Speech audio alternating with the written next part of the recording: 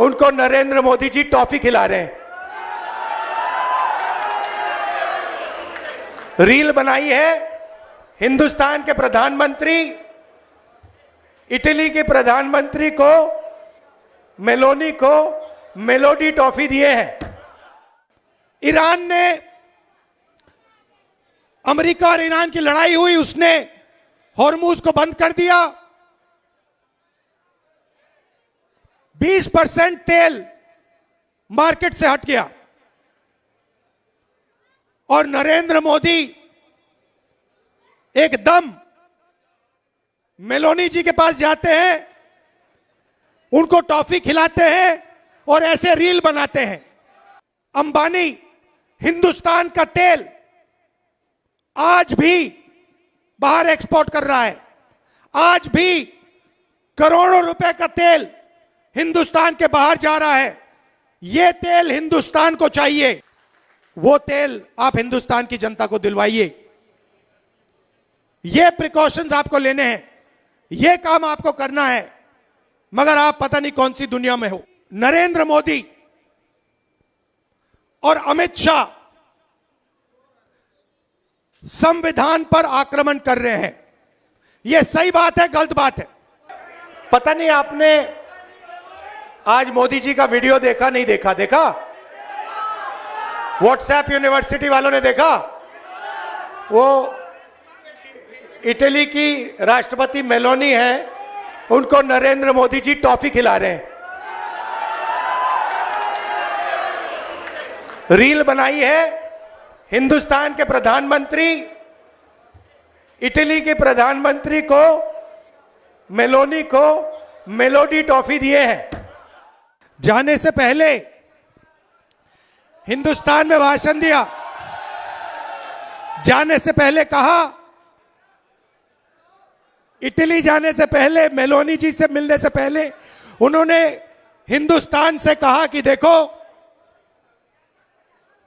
आर्थिक तूफान आ रहा है, कम पेट्रोल का प्रयोग करो, सोना मत खरीदो, इलेक्ट्रिक गाड़ी खरीदो और विदेश में दौरा मत करो। और फिर उसी के एक दिन बाद 3-4 हजार करोड़ रुपए के हवाई जहाज में नरेंद्र मोदी घुसे, इटली की ओर गए, जेब में टॉफी ले गए और वहां की प्राइम मिनिस्टर को उन्होंने मेलोडी टॉफी खिलाई। अब देखिए ये क्या देश की जनता के साथ क्या खिलवाड़ हो रहा है। मतलब देश में पेट्रोल की कमी, गैस की कमी, बिजनेस बंद हो रहे हैं, फैक्ट्रियां बंद हो रही हैं, महंगाई बढ़ती जा रही है, किसानों को खाद नहीं मिलेगी, पूरा का पूरा इंडस्ट्रियल सिस्टम हिलेगा। समय आने वाला है। ईरान ने, अमेरिका और ईरान की लड़ाई हुई, उसने हॉर्मुज को बंद कर दिया। 20% तेल मार्केट से हट गया और नरेंद्र मोदी एकदम मेलोनी जी के पास जाते हैं, उनको टॉफी खिलाते हैं और ऐसे रील बनाते हैं। अब देखना, नोटबंदी के बाद नरेंद्र मोदी ने रोते हुए कहा था, मुझे फांसी पे चढ़वा देना अगर काला धन खत्म नहीं हुआ। याद है आपको? रोते हुए कहा था। कोविड के समय लॉकडाउन कर दिया, मजदूरों को मरवा दिया, किसानों को खत्म कर दिया। हाथ जोड़ के रोते हुए कहा, मुझे फांसी पे चढ़ा दो, मुझे फांसी पे चढ़ा दो।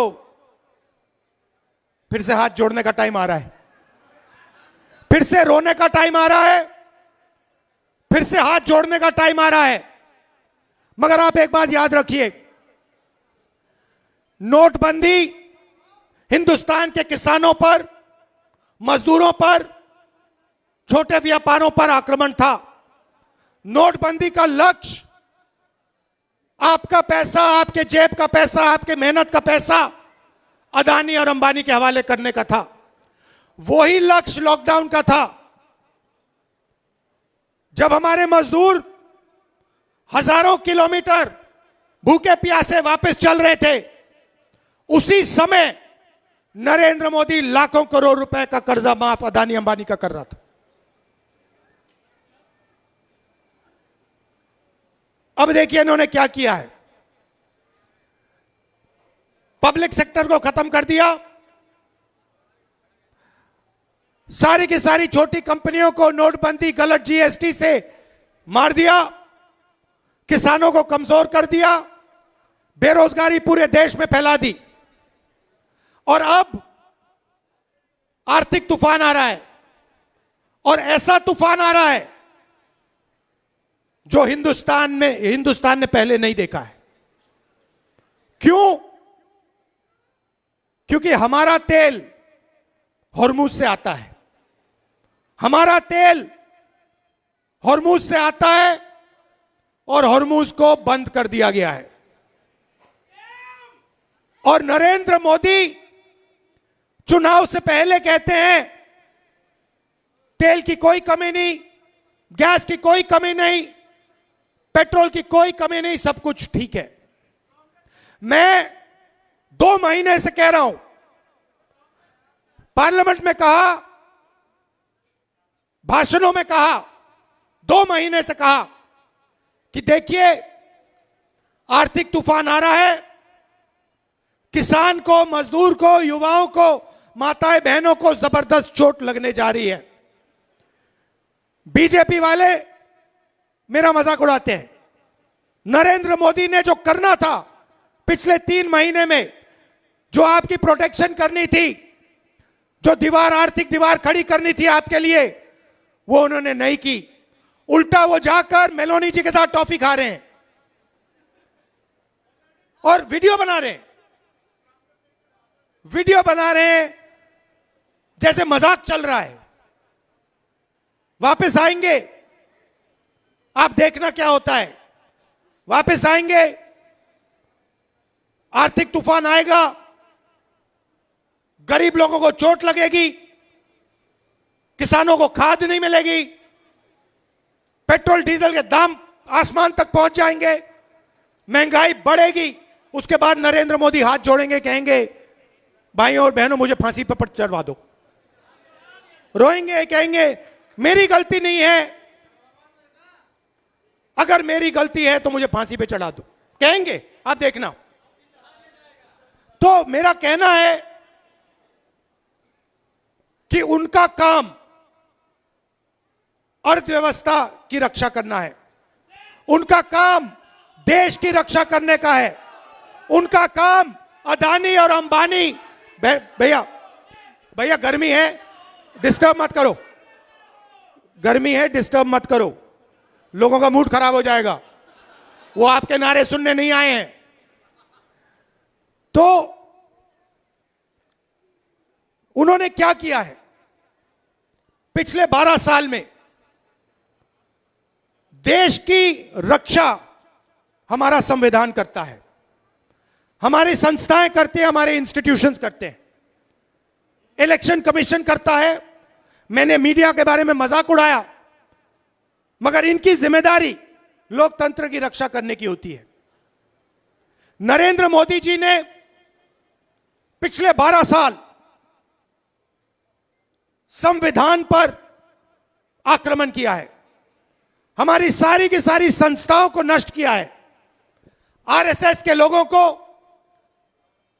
हर यूनिवर्सिटी में वाइस चांसलर बनाया, इलेक्शन कमीशन को पूरा कंट्रोल किया, वोट चोरी का सिस्टम बनाया, जुडिशरी पर दबाव डालकर, उनको डराकर उन्होंने अदानी अंबानी की पूरी मदद की।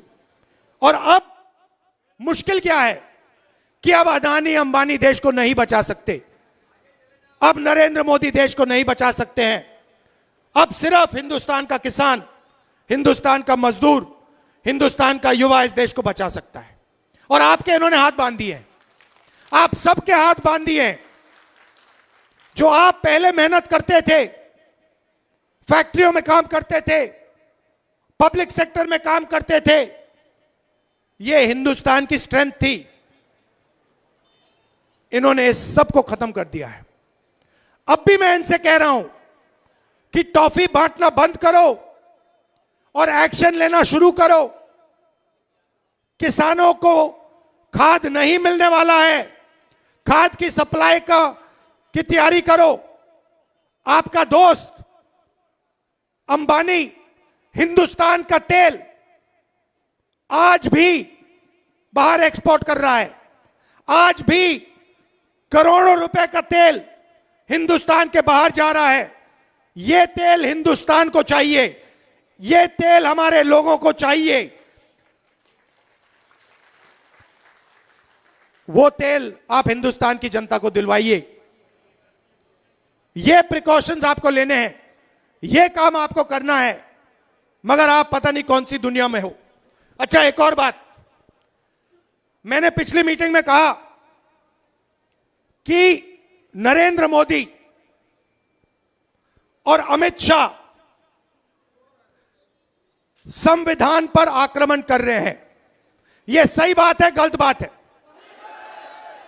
वोट चोरी संविधान पर आक्रमण है। अदानी अंबानी को देश का पूरा धन देना संविधान पर आक्रमण है। हिंदुस्तान की सारी यूनिवर्सिटीज के ऊपर वाइस चांसलर आरएसएस के वाले बैठाना आक्रमण है नहीं है? इलेक्शन कमीशन, जुडिशरी, हमारी संस्थाओं को नष्ट करना संविधान पर आक्रमण है।